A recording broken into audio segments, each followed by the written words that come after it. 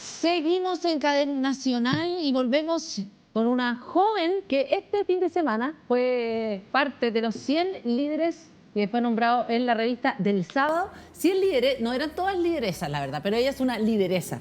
Estamos con Javiera Canales, ella es la directora de la Corporación Miles, además abogada y experta en violencia de género. 30 años y fuiste mencionada entre los muchos, iba a decir las 100 mujeres líderes, pero no son, medio. Entre muchos jóvenes líderes también de distintas disciplinas. Aquí está la portada, eres parte de ese 100 jóvenes que además están y van a liderar el mundo. Cuéntame un poco, ¿desde cuándo estás en estos temas de género? Tú tenés 30 años, eres abogada, desde el inicio comenzaste a interesarte en los temas de género, de violencia. ¿Cómo entraste a esto? Mira, yo inicialmente hice mi tesis de Derecho Minero. ¿De Derecho Minero? Sí, yo me iba a vincular con el medio ambiente, ¿ya? Aunque sigo reciclando, pero no era el tema de mi interés. ¿Ya? Sin embargo, cuando estaba estudiando para el examen de grado, una amiga muy cercana fue víctima de femicidio. Y eso a mí impactó mi vida y promovió de que yo, mediante también como un tema de reparación, me vinculara con temáticas de violencia y de género, intentar como desde mi expertise, desde lo que yo me estaba formando, poder ayudar a que otras mujeres no sufrieran. Cuéntame, no sé si podemos hablar de este tema. ¿Ququé pasó? ¿Una amiga tuya, era una compañera de...? Una amiga del colegio. ¿Ya? Fue compañera mía del colegio y tuvo un desafortunado encuentro con su pareja, o sea, tuvo una pareja que a nadie nos gustaba, y que sabíamos que era violenta y finalmente terminó disparándole en la cabeza. Fue un caso que tuvo harta connotación pública porque él es PDI y se demoró 5 años la formalización, entonces fue como bien engorroso y en ese camino yo intenté como desde la pena también, desde la reparación, buscar un camino que me hace mucho sentido. Entonces finalmente trabajo en esto más allá como por el ejercicio profesional, por el amor que tengo también por la mujer y por el amor que tenía por mi amiga también. ¿Cómo se llama tu amiga? Doris Andaur. Doris, porque muchas veces no las nombramos a las mujeres que mueren de esa manera. Hablamos mucho más del victimario, que es bien increíble, que de la víctima, de cómo era, de qué edad tenía, de si qué es lo que le gustaba. En general lo obviamos mucho y me doy cuenta también que las obviamos. Sí, de hecho, de nosotras desde Corporación Miles, eso es lo que intentamos hacer también.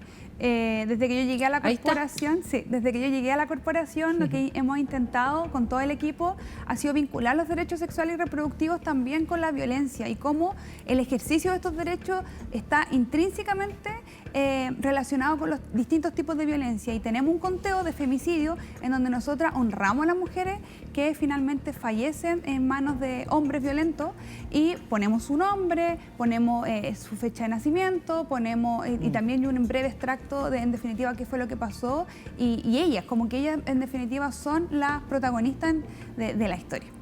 Igual, yo sé que no íbamos a partir por este tema, pero como que es algo que uno no puede entender por qué se vuelve a repetir una y otra vez, sin teorizarlo demasiado. Y ahí en el fondo, con tu experiencia cercana, ¿qué pasa con una mujer que le pasa una cosa así? Mira, desafortunadamente está tremendamente normalizado los distintos tipos de violencia y vemos muy lejano que algo así pueda ocurrir.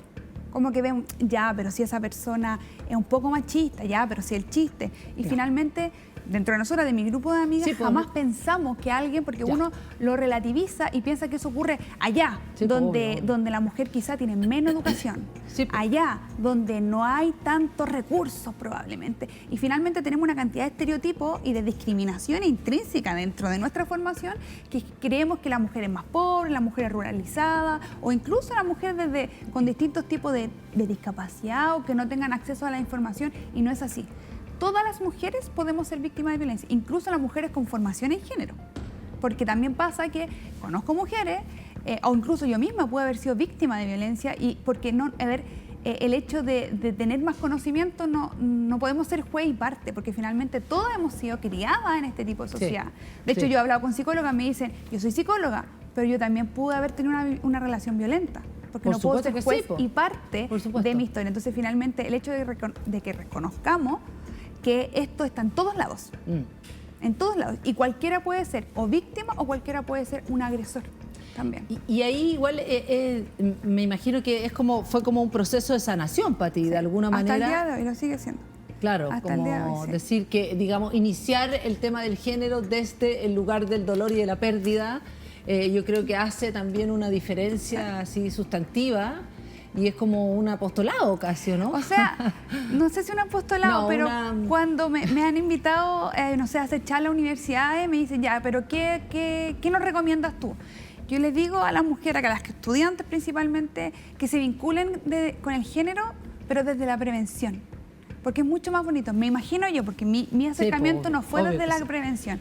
Entonces, desde la prevención, desde poder erradicar estas conductas y también de acompañar, porque las mujeres también tendemos, por esto que está inserto en nosotros en la educación, a marginar a aquella mujer que eventualmente está sufriendo violencia. Por ejemplo, pucha, si yo ya le dije que dejara ese gallo, pero no entienden que en definitiva la mujer ya lo sabe. La mujer sabe que está sufriendo violencia. El problema es cómo salir de ahí, porque cuesta mucho. Y para salir de ahí hay que tener redes.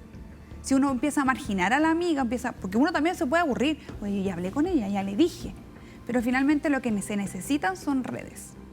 Entonces, finalmente, relacionarnos por medio de la prevención. Son cosas tan sutiles que son muchas veces tan difíciles de explicar, que tienen que ver con la intimidad, ¿no? Sí. Es como, eso es lo que pasa en este ámbito. Javiera, vamos a temas que de alguna manera nos han tenido dando vueltas durante estos últimos meses. Tiene que ver con la Convención Constitucional. En el borrador de la Constitución, ¿qué es lo que hay que ustedes, a la Corporación Miles y a muchas, los tenga conforme, contenta o incluso no? ¿Qué falta? ¿Qué es lo que falta? ¿Cómo ves lo de la Convención? En particular, nosotras desde la Corporación Miles participamos de una articulación que se llama la Asamblea Permanente por la Legalización del Aborto, una articulación que reúne a cerca de 30 organizaciones a nivel nacional que trabajan por los derechos sexuales y los derechos reproductivos. Desde la Asamblea presentamos una iniciativa popular de norma que establece los derechos sexuales y los derechos reproductivos. Nuestra iniciativa popular de norma, afortunadamente, fue aprobada por la Convención. Sí. Y es parte del texto borrador de la Constitución y es bien interesante lo que señala esto, porque nosotras que nos dedicamos a esto desde los litigios estratégicos, desde la prestación de servicios médicos y desde la prestación de salud psicosocial, no hay un estatus jurídico actualmente en Chile que recoja los derechos sexuales y los derechos reproductivos. Nosotras desde la corporación, para poder representar a aquellas mujeres, a aquellas niñas y a aquellas personas con capacidad de gestar, en virtud de los derechos sexuales y reproductivos, tenemos que relacionarlos con otros derechos. Pero en Chile no existe la protección a esta temática, entonces sería una innovación jurídica, una innovación también a nivel internacional, que son recomendaciones que han señalado varios grupos de trabajo de Naciones Unidas y de la Comisión Interamericana de Derechos Humanos en estas temáticas, así que sería es una innovación que protegería y entregaría un estatuto jurídico. ¿Pero ya está incluido? Ya está incluido. Ah, ya, entonces sí. Ya fue, ya. Esto ya está. Sí, ya no. está incluido. Falta la sí. Ay, se me dio, ya, sí. Perfecto. Falta un pequeño detalle. Sí. Falta un pequeño detalle. Sí. ¿Sabes que yo justamente hablando de la prueba y del rechazo, yo pensaba que hay temáticas que quizás es muy difícil, que quizás efectivamente puede este tema lograr unir o enfrentar también a muchas mujeres este tema puntualmente los derechos reproductivos. ¿Tú crees que sí? ¿Que puede ser una bandera de lucha para un apruebo, por ejemplo? ¿Cree que sería una razón por la cual las mujeres votarían apruebo o rechazo? Yo creo que sí, porque efectivamente lo vimos con la segunda vuelta presidencial en Chile, en donde un candidato se declaraba que iba a tener un gobierno feminista y otro candidato señalaba de que iba finalmente a derogar la ley de aborto en 3 causales, que iba a sacar el Ministerio de la Mujer, y cuando vamos a la desagregación de las personas que votaron en segunda vuelta, votaron cerca de 1,5 millones más que en primera vuelta, y si uno va a quiénes votaron, sí, votaron mujeres sobre 35 hasta los 50 años. Entonces, efectivamente, fueron aquellas mujeres que vieron amenazado el ejercicio de sus derechos, aquellos pocos derechos quizá que hemos obtenido desde la vuelta a la democracia, pero que finalmente no queremos retroceder.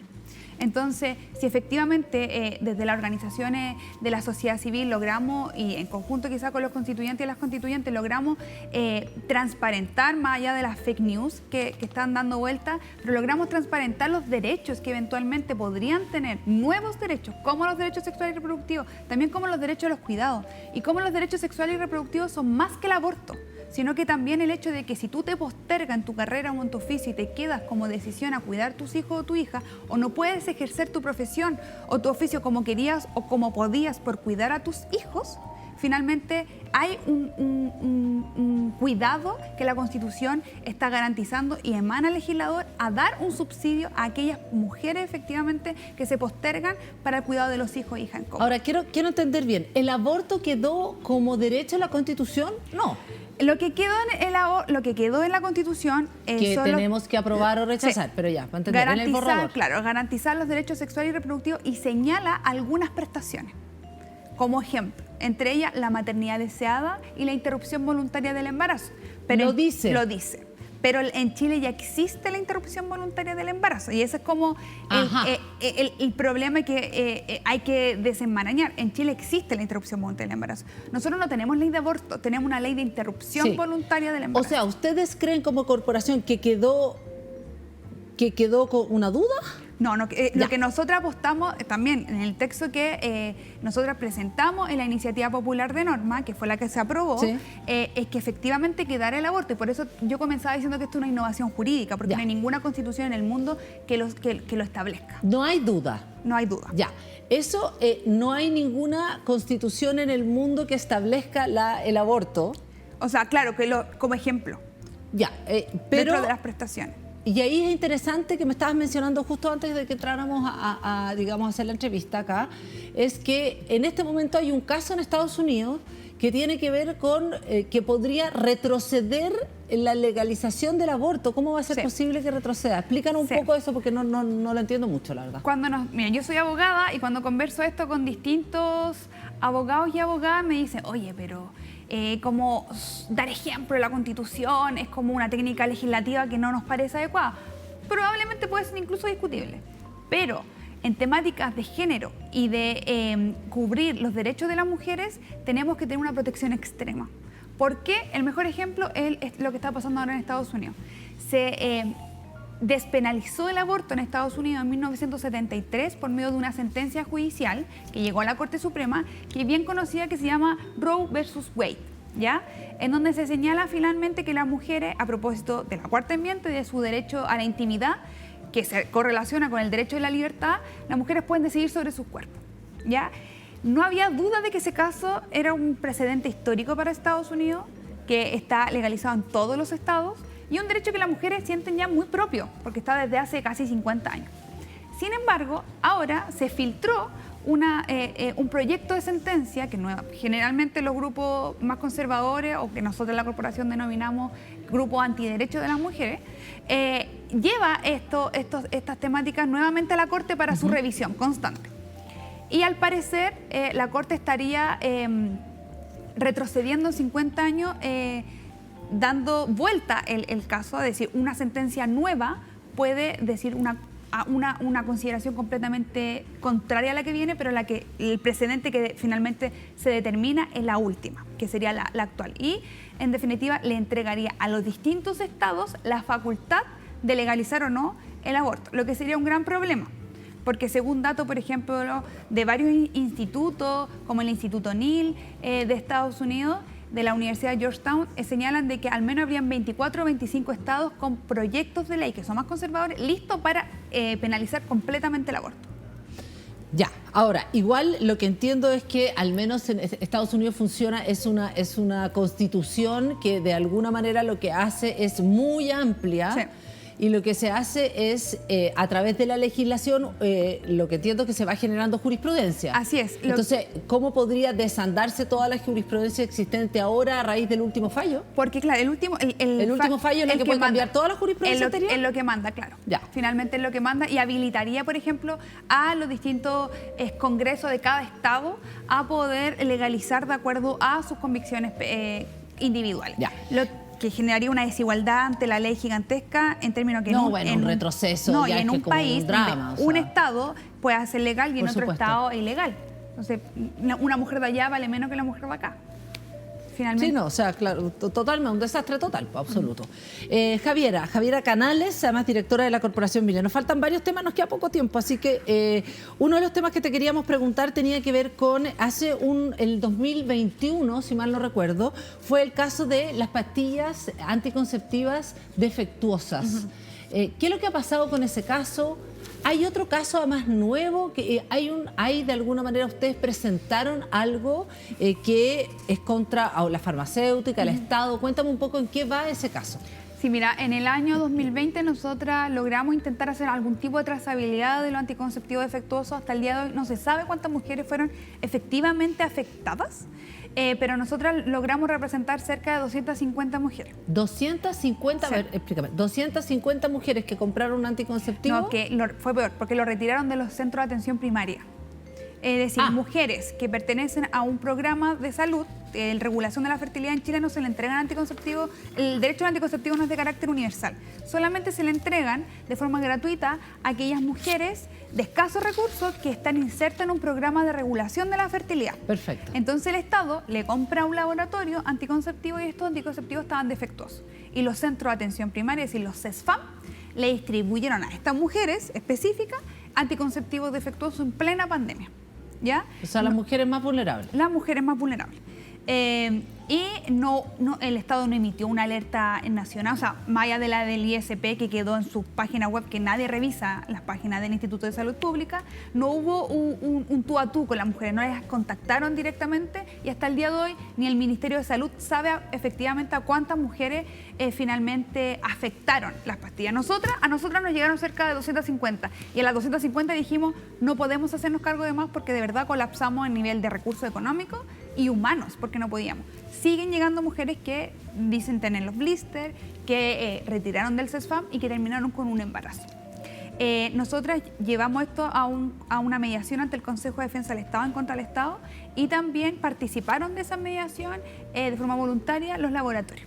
¿Ya? ¿Fueron varios laboratorios? No, fue un laboratorio. ¿Cuál es? Silesia. Ya.